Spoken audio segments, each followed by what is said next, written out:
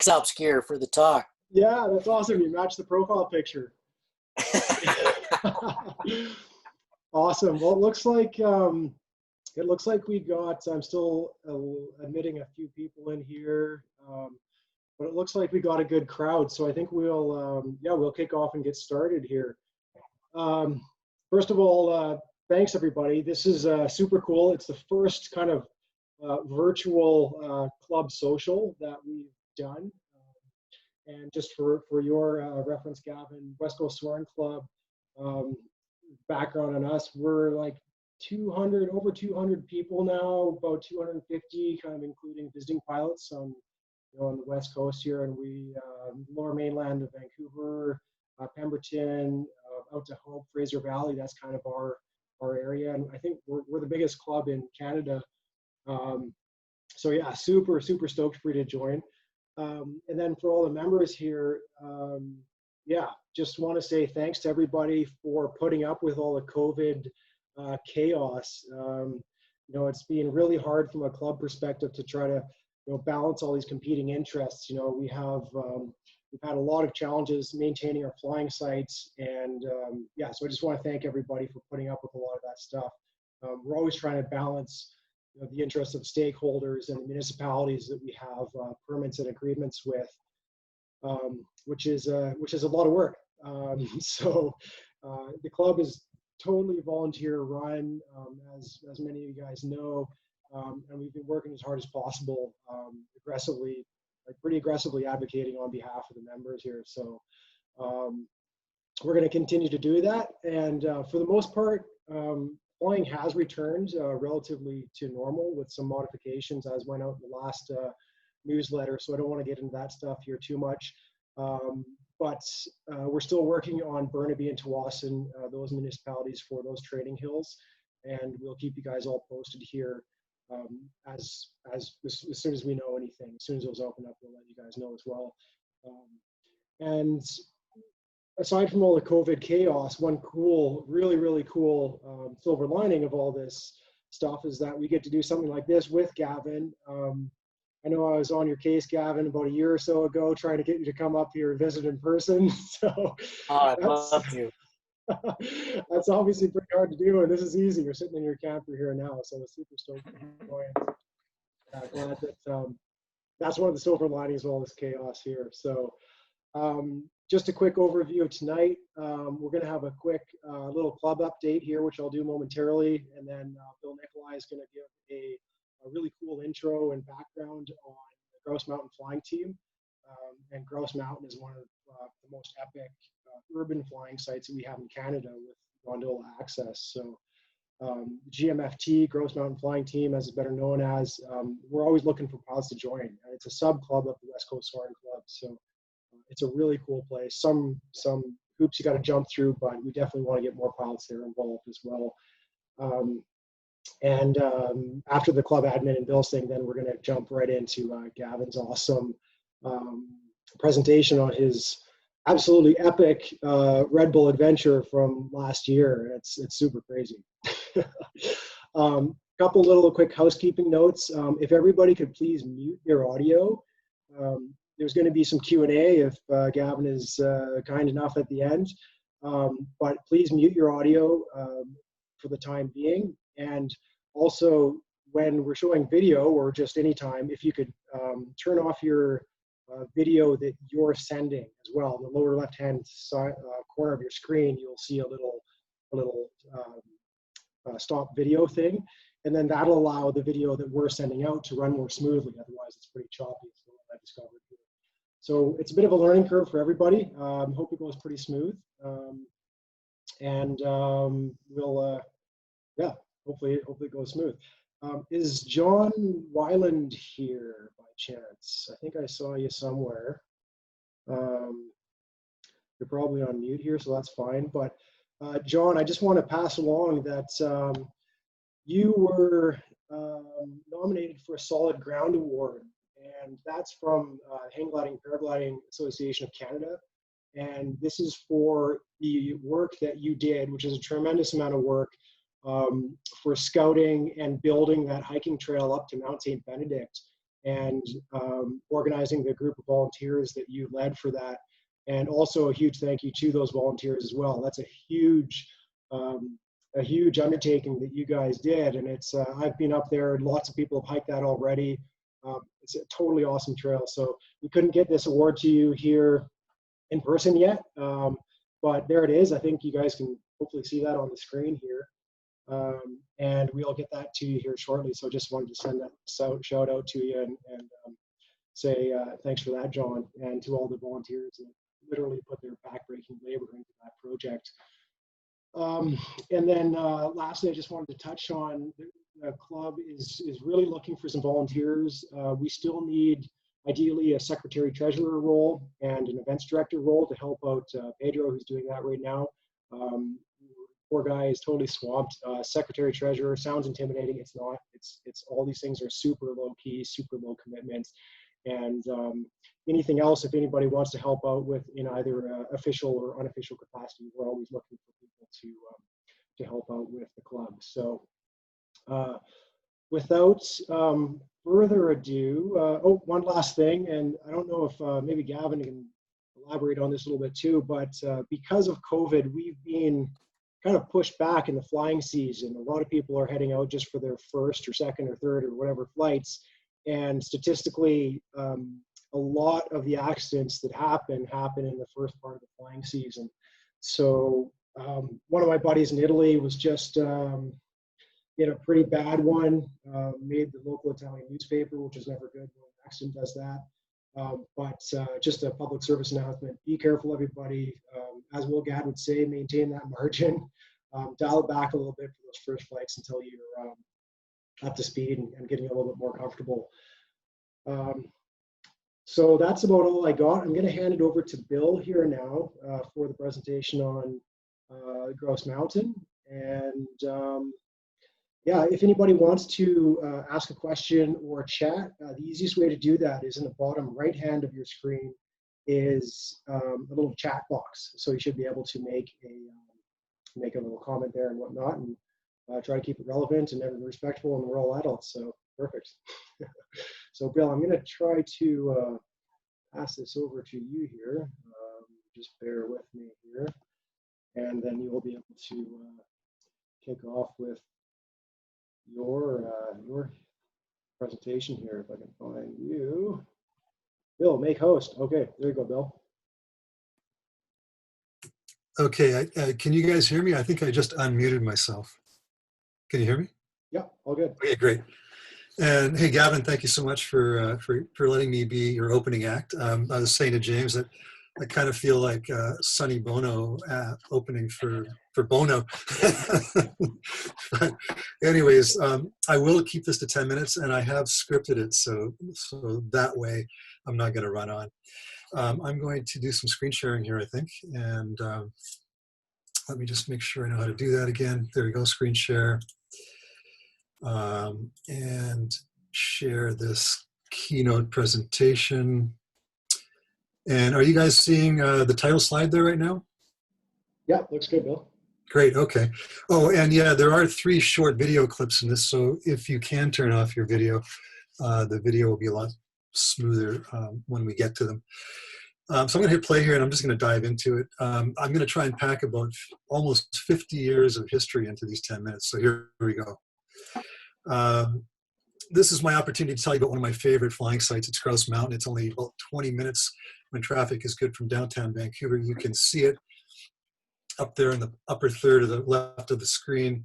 There's our downtown core. My boot is pointing at our landing zone at Grouse Mountain.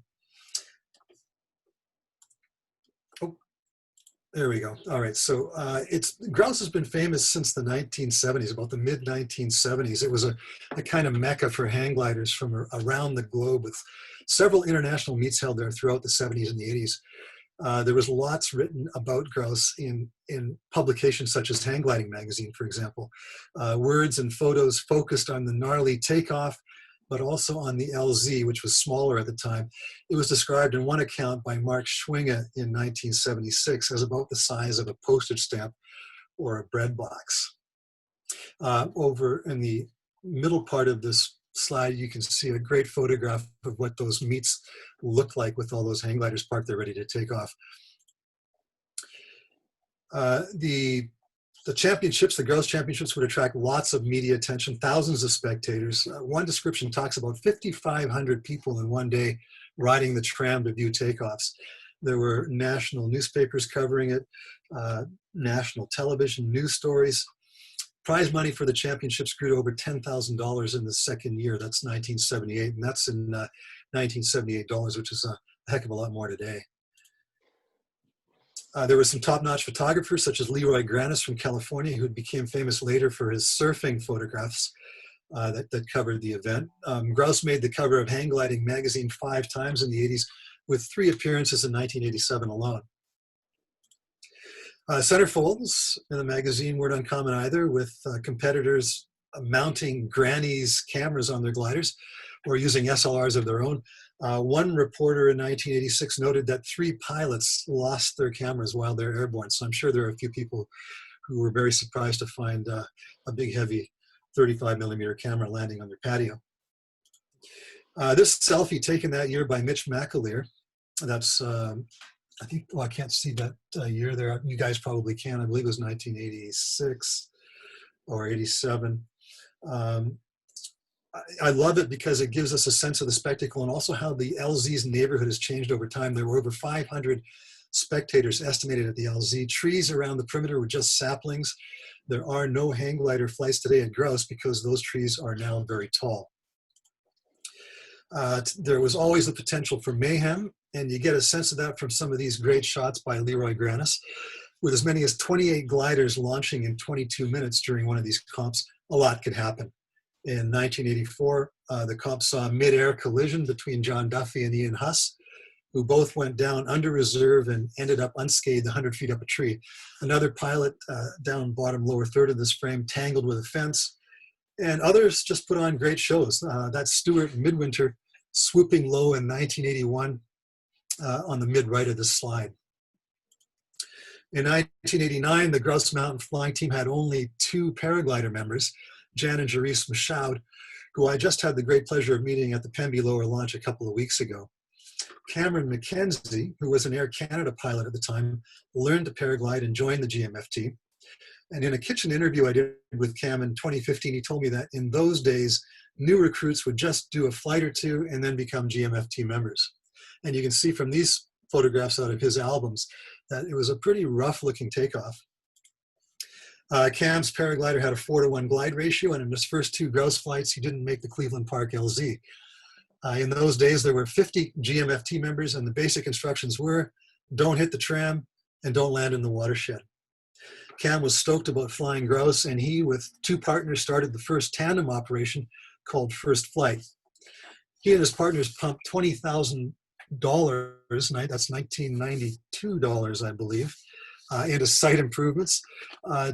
Much like is happening with Al Thielman at Benny these days. He's pumped a lot of his own money and lots of his own sweat equity into that site. The same thing was happening in 1992 with Cam McKenzie. He had the blessing of the McLaughlin family, which then owned Grouse Resort. Over 3 months, with dump truck loads of dirt and gravel and lots of new turf, they turned a sketchy takeoff into a manicured launch suitable for tourist tandems and club flights alike. So here we are in the not so distant millennium, new millennium. The GMFT is still around. Grouse has gone from ownership by a Chinese hedge fund after the McLaughlins to new ownership by the Ghilardi family. The launch and the LZ are still challenging, and there are a lot of rules that have arisen for a variety of reasons. So what's it like to take off from the peak of Vancouver? Here's a short sample.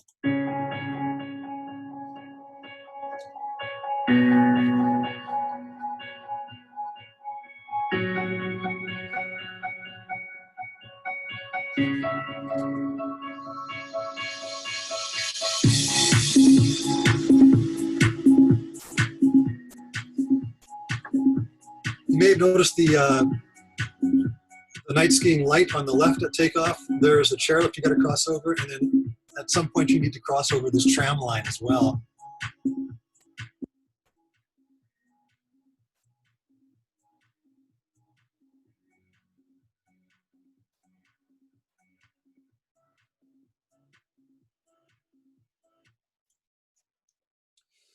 And here's the landing on an easy, mellow afternoon when the dragon isn't breathing and the notorious spiciness of Cleveland Field isn't inducing the pucker factor.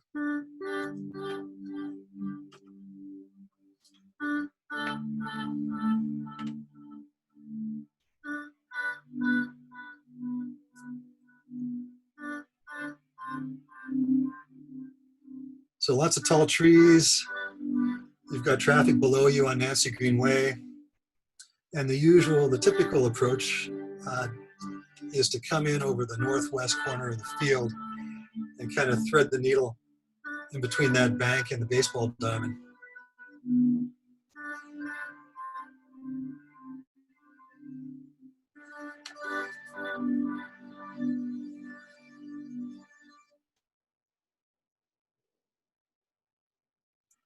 So some people think the GMFT members are a party of cliquey prima donnas who want to keep this site for themselves. Not true. Yes, there are restrictions mainly born out of incidents over the years. For example, in 1993, a visiting pilot from down south, who I won't name, who happened to be a senior instructor and a rep for a paragliding manufacturer, did a flight from Grouse to Vanier Park right over downtown Vancouver after having been advised of airspace restrictions. He claimed he had a jet fly under him at one point. Other people have done other things, and so yes, we have membership criteria, lots of things to be aware of. Not to mention the two grizzly bears, Grinder and Kula down below launch. Having said that, I never fail to love my grouse flights, even if they sometimes are just sliders. Launches at 4,100 feet ASL, and the typical route on a stable day takes me over the grizzlies, around the lodge, where I can see the burger and beer crowd and give them a wave, over the tram and onto Cleveland Park. The yellow circles are lift generators, which can often offer the possibility of extended flights. The dotted line, to the east of the dotted line, is a helicopter no-fly zone. So there are lots of things to think about there, but still very exciting stuff. While cross-country flights are somewhat limited, partly owing to airspace restrictions, people have been known to tag Crown Mountain behind Grouse and even the Lions and Cypress Bowl to the west. At last summer's Grouse Flying, we had some exceptionally lifty conditions. Here's a taste of a flight that James did that took him all the way to Cyprus.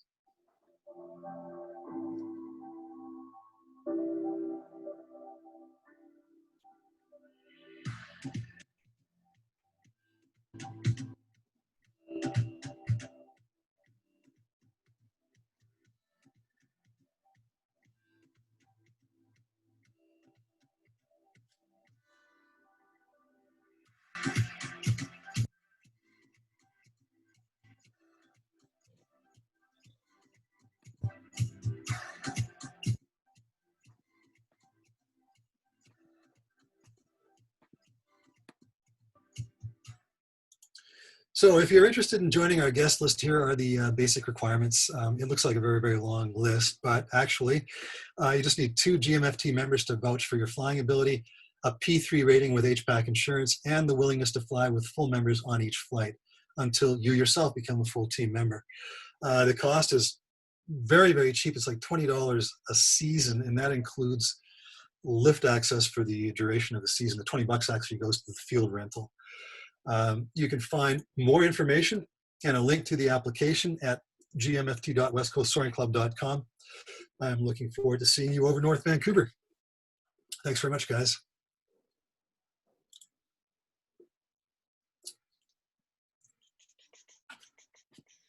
And I'm going to have to turn the host back over to James. All right, can you hear me? I can hear you. I'm going to make you the host. Perfect. And there you go. Did that work out? I have no idea. That was great. That was awesome. Okay, all right. Yeah, it worked out really well. I love the neon flight suits. Back in the 90s, that is epic, and it's a 4-to-1 glide on a hang glider. Goes to. Oh, that was a paraglider. That was Cameron McKenzie on his first paraglider at Grouse Mountain. Oh, it was okay. I thought a 4-to-1 on a hangy was that would be really bad.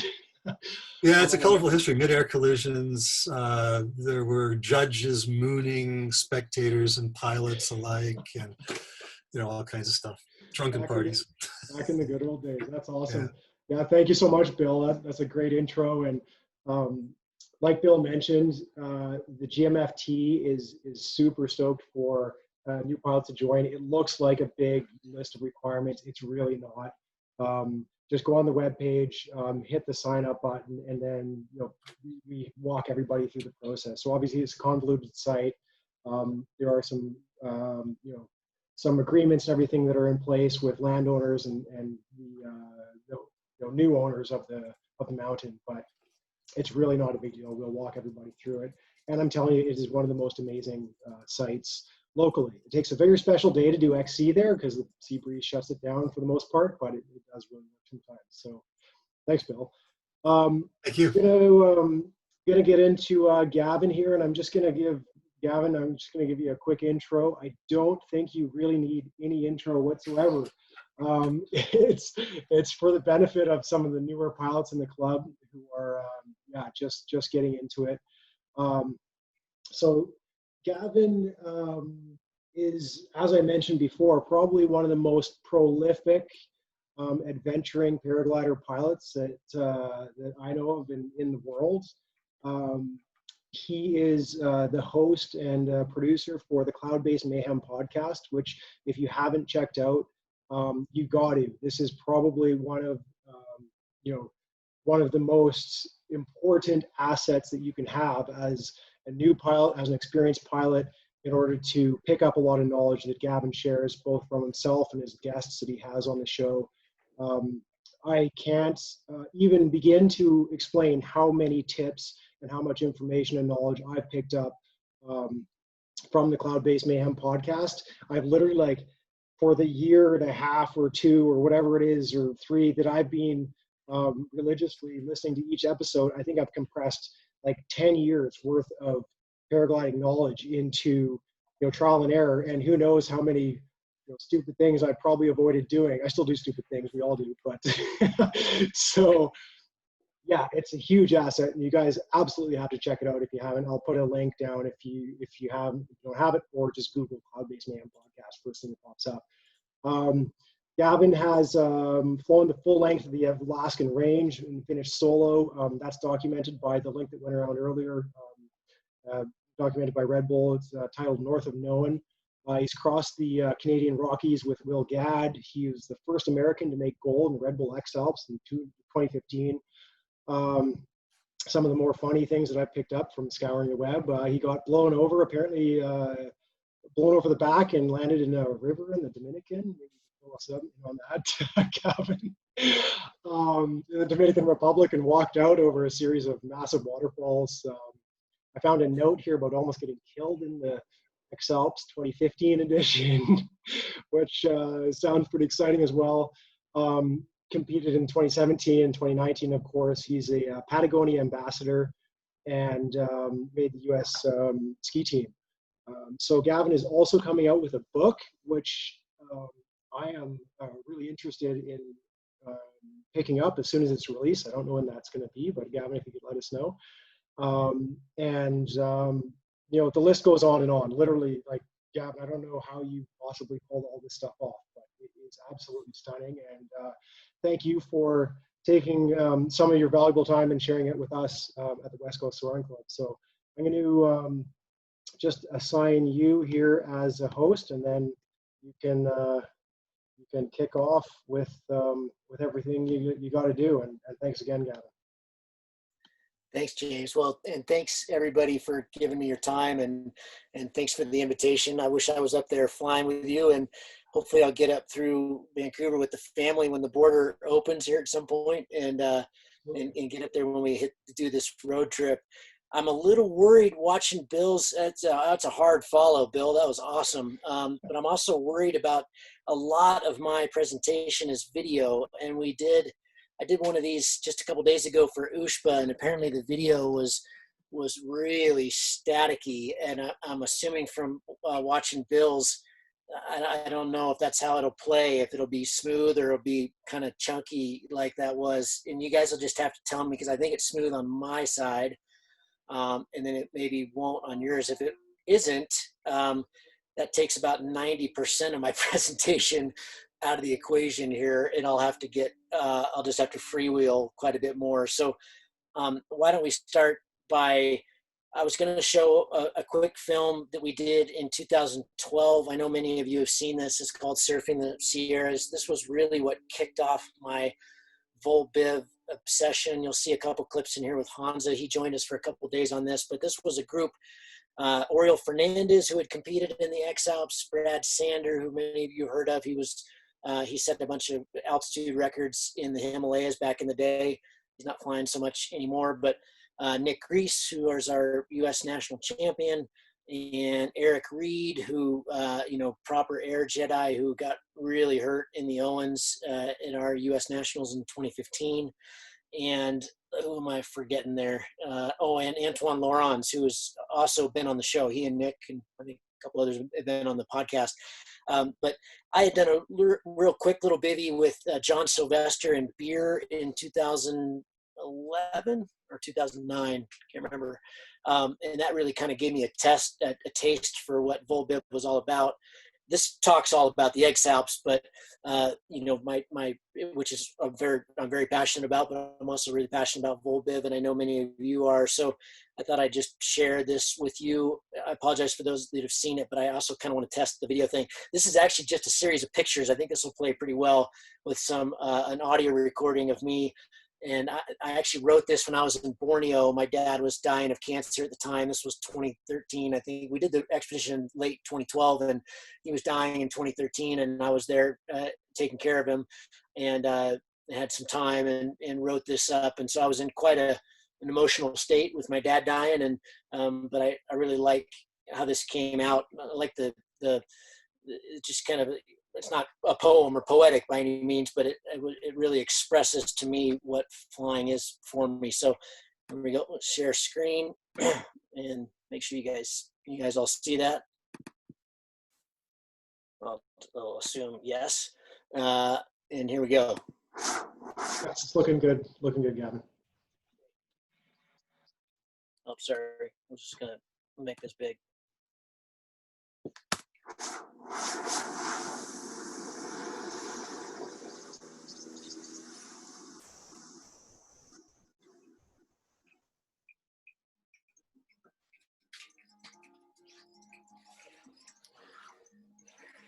Like any proper expedition, it began before the beginning. The plans, the maps, the logistics, the gear, the practice training, the team. To the sponsors, we say things like epic, wild, awesome. These words have become too common. They barely even have any meaning anymore. Carelessly tossed around like a cafeteria potato salad. We try other combinations, but they often fall short. So we try it in French. Vol biv, vol, fly, biv, camp. Simple. A highly engineered piece of fabric, some impossibly skinny lines, a harness big enough to hold some emergency gear, food and water, a radio, GPS, stereo, a sleeping bag in a mountain range in California that stretches over 800 kilometers.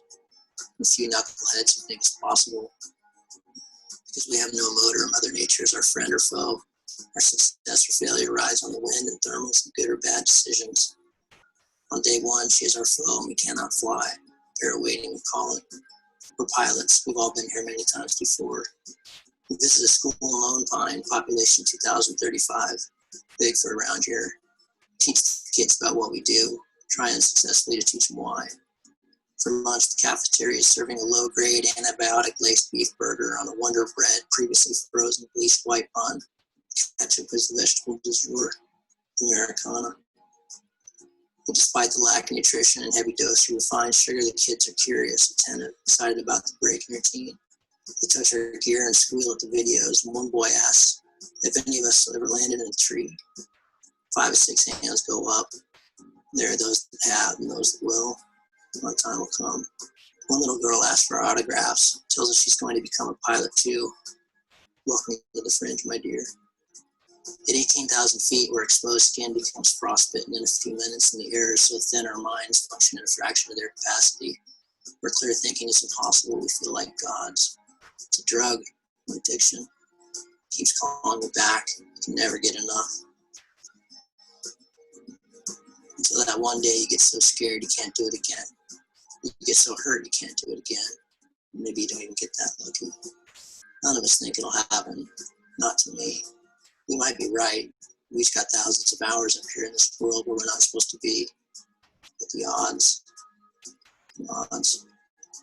We've given ourselves 30 days to complete the task, cross the Sierra Mountains from south to north and make the Oregon border in a long series of connected flights. Bivol, fly, camp, launch high, fly high, land high. Make camp, light a fire, cook some noodles, hydrate, and laugh with your friends. Wonder at the craziness of it all. Repeat for as long as we can. I don't know the guys on the team very well, but I don't need to. In the sky, you're on your own. Other pilots just make it easier. Like birds or clouds or smoke, you provide an extra visual key to our invisible world. Air, rising and falling. Find the rising air. Keep going. Simple. A lot of people call us crazy. Maybe we are, but we're also afraid. Afraid of life on the ground, afraid of routine, afraid of the crap and distractions our minds seem to hold dear when we're not in the air. People have to meditate for years to become present. All we have to do is launch. Escaping gravity, escaping reality, or maybe living it. This thing we do, it isn't for everyone. It appeals to many, but works for few, even though the dream of flight resides in most of us. Too few to even have proper statistics, I'm told. Some say paragliding is right up there with base jumping, commercial fishing in the Bering Sea. Kills a few, hurts many. So why? Why do we take to the air, going places, traveling, risking so much? The answer is here. In here. Each time each of us sees these photos, it will remind us we want to chase something that had never been done, something absurd, and it worked.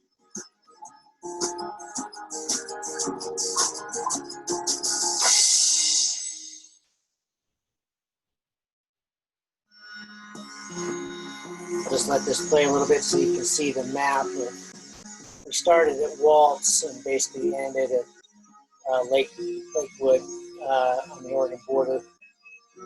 And there was 6 of us that started, 3 that finished. You obviously saw the injury to Brad Sanders there the first day. Get out of here. And he got hurt the very first day, and then Oriol Fernandez 2 days later got pretty scared by bears, and he left. And then, I think Nick Reese had to leave right at the very end, but that was for work. But an amazing expedition, and really was what the kind of thing that set me off on all the craziness that's happened since. So, James, if you've still got audio up, I'd love to know how that looked. Yeah, that was really smooth on my end, Gavin. Great. I think that was a series of stills in some of them, was it? So I think all stills. It was all Okay. stills. So there was no moving. I mean, now we're going to get into moving stuff, and that might be worse. But you'll have to just tell me, and if it is, then I can change things up here a little bit. I think if you're sharing your screen, Gavin, I think you can also turn off your video, just your webcam video. We'll still be able to see the screen that you're sharing, and then that'll free up the bandwidth to allow the video to run smoothly, I think. We'll give it a shot. Okay, let me stop my video. Okay, and then we'll go share screen. Okay, let's try that. Okay, so I'm actually going to take you through all 3 races here, the 2015, 2017, and 2019 race. The 2015 is the largest chunk of the presentation, so stick with me. Don't assume they're all going to be that lengthy. It's just 2015 takes a while to get through to give you kind of more background and more visuals. And then 2017 is pretty quick. And then 2019 is just a highlight video, about a 10-minute video of the race, which kind of encapsulates, the little highlight of each day of the 12-day race. So this is 2015. They always start in Mozartplatz in downtown Salzburg, which is pretty near Red Bull headquarters. And then back in 2003, I think there was one turn point, and then at either the Matterhorn or Mont Blanc, can't remember, and then down to Monaco. And since then, of course, because it's Red Bull and they always want it to be harder and harder and harder, they always make it harder and harder. And so in 2015, it was the longest one they'd ever done, and it has since, of course, gotten longer. I think this was 1,063 or something kilometers. maybe a little over 1,100 kilometers. And 7 turn points, I believe. So we started in Salzburg and then went down to the Dockstein, where it actually started from, actually the first few years. And then from there up to Aschau, Chiemsee, which is really beautiful in the Bavarian Alps, and then across to Lermoos, which is the only time you kind of brush into Germany very briefly at the Zugspitze, and then down to the Brenta and the Cimitosa. That's kind of like the neighboring Dolomites. So it's the Dolomites, but it's the Brenta Dolomites. And then up around, you just had to go to the north of Piskorvatch, which is right near St. Moritz. You'll see some video of that here in a bit. And then to the Matterhorn. It went to the Matterhorn, I think pretty much every year except 2019 was the only time we haven't gone to the Matterhorn. And then Mont Blanc, you had to go north of Mont Blanc. And then Annecy, you'll see a pretty entertaining top landing of mine there. And then from there, long stretch down through across, right on the Italian and French border through the, they call it the Maritime Alps, which to me is kind of the scariest part of the Alps. A lot of wind, not as good of places to land, a lot of really strong valley wind and power cables. And that's, of course, when you're most tired. So that's where I spent a lot of my time training and getting to know the course when I went over before 2015. And then down to Pay, and then down to Monaco. So what I thought I'd do is start off with just a few, kind of low grade, but kind of fun iPhone videos that I took in 2015. I had flown quite a lot in the Alps, and so I did know a bit of the course, but I went over with my supporter Bruce, who supported me in 2015 and 2017, along with Ben Abruzzo, and then unfortunately Bruce is no longer with us, but and Revis took his spot in this last race and was absolutely terrific. So we've had an amazing team all 3 years, just unbelievable. But I went over with Bruce, and he and I trained quite a bit, as much as we could on course line. So of course, when it was flyable, we would fly, and when it wasn't, we would drive and hike and walk and try to get to know as much of it as we could, especially the places that I didn't know very well. So I'll just share some videos with you, and I talk in most of these, so you should be able to listen as well. But just for those of you who haven't flown in the Alps, you can get a little bit of perspective of where the race covers. No, sorry.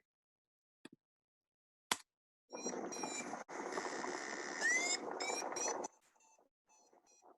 cool spot. I'm taking this deep line to try to take the Cimitosa today. G7 summit coming off, all the airspace was closed during the Zugspitze. I had to make this last minute ditch effort. I've come to this place that I know nothing about. I've never flown here, but as you can see, it is pretty stunning.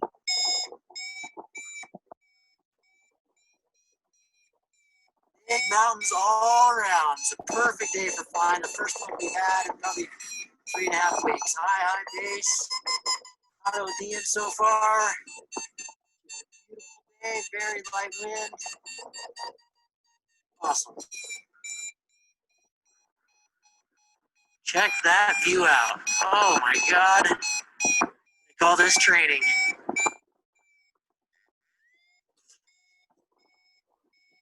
So you can see that the Alps there's so much grass. There's so many places to top land.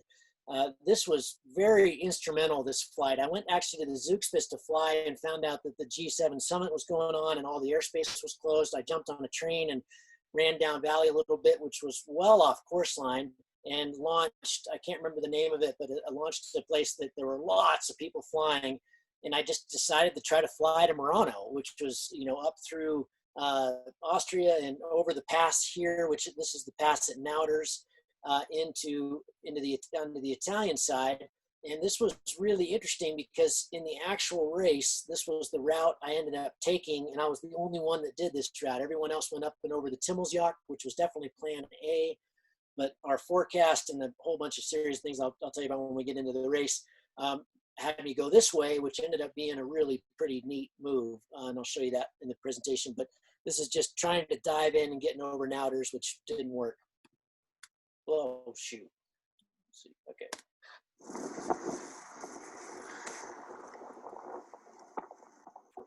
Buzzing these radical rocks. Day's looking pretty lousy to the south towards Murano, where I'm trying to go. It's all really grayed out, so I'm hoping I can make kind of a cool move here land in the pass above Nouders. It's a notoriously windy, lousy place, though, so I'm going to just poke my head in here and see what I feel, and if it doesn't feel very good, I'm going to run. Pretty cool terrain, though, huh? So I did run. That didn't work. I got slammed in there, and as I did again in 2019, actually went right through there again in 2019. This is the Achensee Lake. So this is the Bavarian Alps. This is between Aschau and Lermoos. I was with Team New Zealand here during training. So Nick Maynans and he and I had a really, really wicked day flying from Vank, which is in gosh, what's the name of that ski area? Very famous ski area. I always skip it. Anyway, we flew from there. So we were kind of flying reverse course line from there. We flew all the way up to Aschau and then all the way back. So just give you a little picture here, perspective, just beautiful spot. You can see this little ski area over here in the right lower corner, tons of places to launch. And, so if you bomb out, not really that big of a deal, but there are areas in here that are incredibly forested and very, very windy, and it can be really slow if you're not in the air, which I learned in 2015. This is the Timmelsjoch Pass. So this is where we were planning on going. This was a day that we had really strong south winds. It was actually quite ferny. And so I launched from the south side, got up kind of in the clouds a little bit, and then weighing off to the north. So again, flying reverse course line. And then this day flew to the Zugspitze and quite a bit past. So this ended up being a very good day. That I just wanted to show it to you because of the road. And you can see that walking sometimes is not very efficient.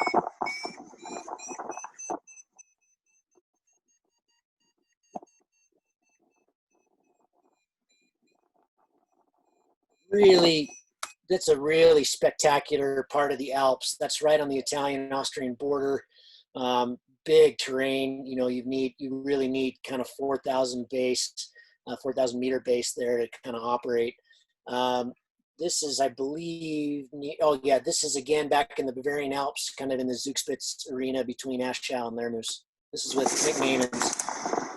So another awesome day of flying. We've just left, I can't remember this one the name of that town. I can never remember the town. We just left the Zugspitze and flying towards Aschau. So we're flying reverse course line today. I'm with the Kiwis again. Nick's just behind me. Louis just a little bit behind that. It is on like Donkey Kong right now. It is so nice. It's only 11 o'clock in the morning. Thermal's working really well. Base is about 2,800. You make good time of this really beautiful section of the course. I really like this part. It's just a lot of different ways you can make it work. It's so pretty. There's lots of sailplanes out. Extraordinary day to be in the air. Just training. So yeah, we were having fun there after about 3 weeks of being down in really bad weather. This is later on. I hooked up with Eric Reinfeldt, Team Sweden, a really nice guy, and we flew from St. Moritz in Switzerland way up the Rhine, basically the move that Kriegel did last year from Davos all the way to Engelberg. This is kind of what we did here today. And then we got slammed in westerly wind in the Furka and ran all the way back past Kur. So this was another really big day, tons and tons of fun. And this was interesting because this launch that we hiked up to and used in training here was the exact same launch I used day 6, I believe, of the actual race. So here we go.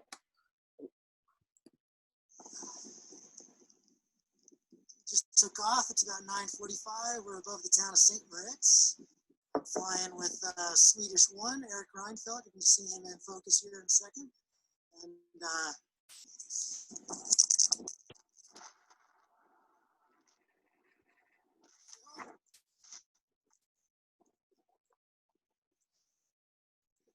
that's Piz Corbatch and the actual turn point of that mountain there. Today, and it's a possibility of an overdevelopment, but we're hoping for a big day, at least over the Furka Pass. We shall see. You can see below me there the launch. It's just, there's so many launches, just grass, beautiful, and not too many things you have to worry about with your lines. We don't need to see this. It's the same kind of terrain. Well, actually, this is quite pretty. I'll just show you a little bit more of this. So we're about 8K from launch. You Just going over the pass here. Just wanted to show you all how magnificent this place is. My God, just silly beautiful. Welcome to the Swiss Alps. We don't make very good food and it's awfully expensive, but man, they have pretty mountains. Eric's just below me here. We're going to top up here. I'm about 2,800 right now. We're expecting base to be really high today, about 38. If it doesn't OD, we should be able to go a long ways. That valley right there, slow down here a little bit, that's where we're headed, up to Coeur, and then get up in the valley that goes to Andermatt, and then the third pass, hopefully, and then who knows, maybe we'll just be able to keep going. Right now, we're just enjoying the ride. It's about 11 a.m. and in the air for about an hour and a half. It's awfully nice. Okay, so let me just check in with James here real quick. How are these videos showing? Or maybe I don't. Yeah, no, I'm here, Gavin. Yeah, they're actually really smooth on my end. It's looking great.